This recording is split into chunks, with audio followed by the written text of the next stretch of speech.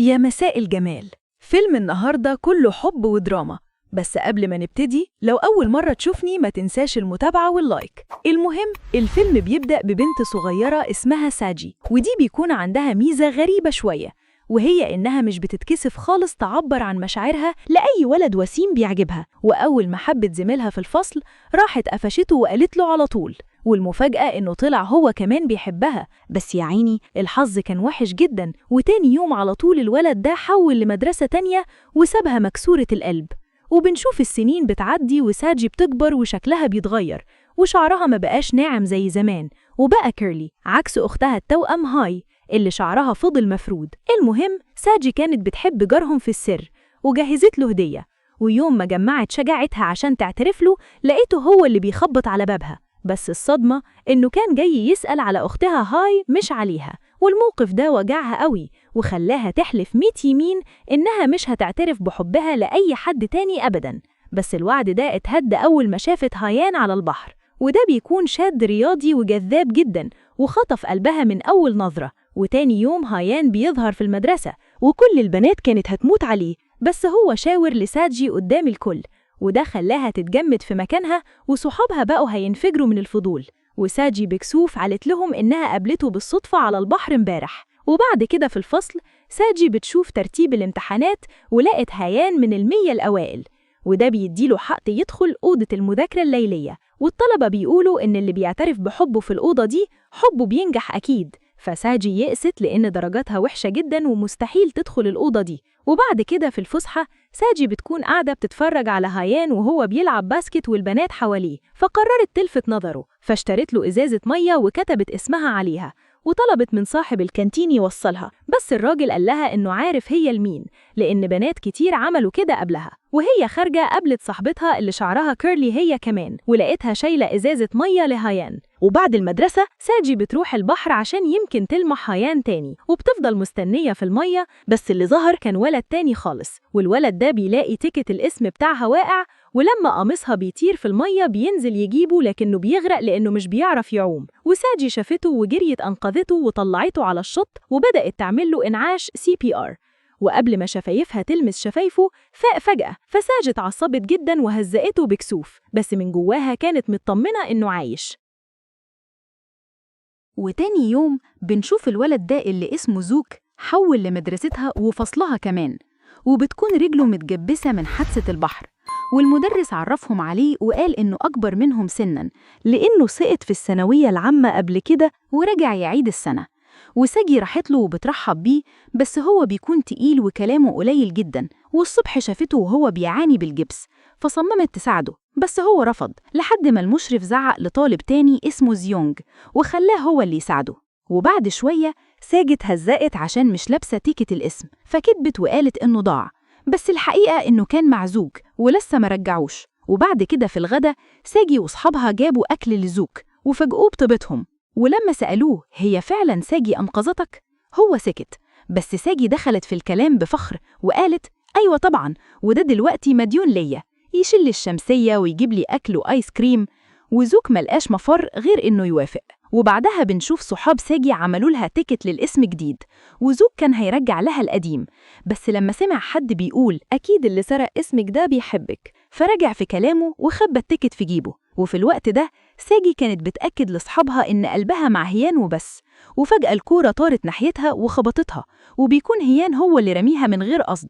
ولحظة وجي اعتذر لها باهتمام، وصحابها قعدوا يغلسوا عليها وبيقولوا لها إنه قاصد يعمل كده عشان يكلمها، بس زوك ما كانش عاجبه الكلام ده خالص. وبعد كده ساجي عرفت إن صاحبتها إنشونج فردت شعرها وبقى ناعم جدا عند كوافير اسمه جانج ماي، بس بمبلغ غالي 200,000 يون. وبنشوف ساجي كان نفسها تعمل كده، بس يا عيني فلوسها ما كانتش تكفي. وهي عند الكوافير بالصدفة سمعت زوك بينادي على صاحبة المحل وبيقول لها يا ماما، فساجي جات لها فكرة شيطانية، وهي إنها بتبدأ تعامل زوك بحنية زيادة. ولما قابلته عند الكوافير عملت نفسها متفاجئة ودخلت لمامته وقالت لها إنها صاحبة زوك وإنها أنقذت حياته قبل كده، وبتطلب منها تفرد لها شعرها مقابل إنها تاخد بالها من ابنها في المدرسة. والأم وافقت، بس لما زوكي يفك الجبس فساجي بقت ملازمة لزوك في كل حاجة. بتوصله وبتاخد بالها منه وبتساعد مامته في توزيع إعلانات الكوافير، وفي يوم مطر بتاخده لمخزن أبوها عشان يستخبوا، وبيلاقوا هناك قصص ميكي ومجلات كوميكس بتاعتها. ولما عرفت إنه ما بيحبش القراءة بتختار له قصصه المفضلة وادت له الباسورد بتاع القفل عشان يجي في أي وقت. وفي نفس الوقت ساجي وأصحابها بيبدأوا يعملوا أشكال خرز بالورق عشان الاعتراف لهيان، وبيعرفوا إن منافستها ميجي هتعمل 1000 واحدة، فقرروا هم يعملوا 10,000.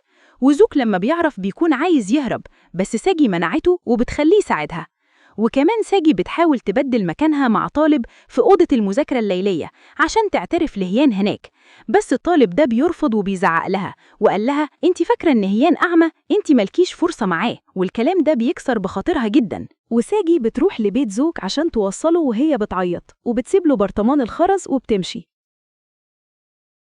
وبعدين لما راحت مخزن أبوها بتلاقي زوك قاعد بيقرأ هناك، وقالت له إنها مش هتعترف لهيان غير لما شعرها يتفرد.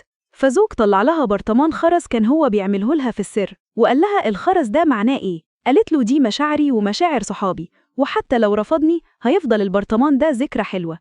وبعد كده بنشوف زوك فك الجبس وساجي بتكون فرحانة عشانه، ومامة زوك بتوفي بوعدها عشان تفرد شعر ساجي، وساجي بتفرح بس بتقرر تخلي المفاجأة ليوم الاعتراف. وبعد كده بنشوف في المدرسة الكل بيتفاجئ إن اسم زوك بيطلع من الأوائل، لأنه ذاكر بجد عشان يدخل أوضة المذاكرة الليلية ويبدل مكانه مع ساجي عشان تحقق حلمها. بس الصدمة إن هيان بيسقط في الامتحان، والقدر لعب لعبته تاني. وبعد كده ساجي بتعرف من جارتهم إن عيلة زوك كانت غنية وأبوه بروفيسور كبير، بس الأب كان مريض بالغيرة وبيضرب مراته وابنه، وده اللي خلى زوك يكتئب ويسقط في الامتحانات ويهربوا للمدينة دي. وساجي قلبها وجعها عليه جدا، وبالليل بتشوف أبوها وهو بياكل اندومي مع زوك في المخزن وبيديله كاميرا هدية، وده فرحها. وتاني يوم في المدرسة ساجي وأصحابها بيشوفوا إعلان عن رحلة، وهم ماشيين بيتفقوا بتشوف هيان وبيشاور لها وهي بتبقى مكسوفة. وبعدها بينزلوا البريك وبيعملوا فريقين كورة، وهيان بيرمي الكورة بكل قوته ناحية ساجي، وزوك بيحميها وبيتبادل في رمي الكورة على هيان، فساجي بتجري وبتاخد هي الخبطة وبتقع. ولما يوم رحلة المدرسة بيجي ساجي بتظهر بشعرها الناعم اللي بيجنن الكل، وزوك كان قاعد بعيد ومتضايق. وساجي بتحط برطمان الخرز على كرسي هيان، وبالليل بيجهزوا مكان الاعتراف، وهيان بيجي وبيشكرها على الخرز وعلى إنقاذها ليه في ماتش الكورة، وقال لها السر اللي بينا على البحر مفيش حد يعرفه غيرنا. وساجي اتصدمت لأنه ما يعرفش إن زوك هو اللي كان هناك. وفي اللحظة دي شافت زوك وهو ماشي حزين، وفجأة كل حاجة وضحت في عقلها.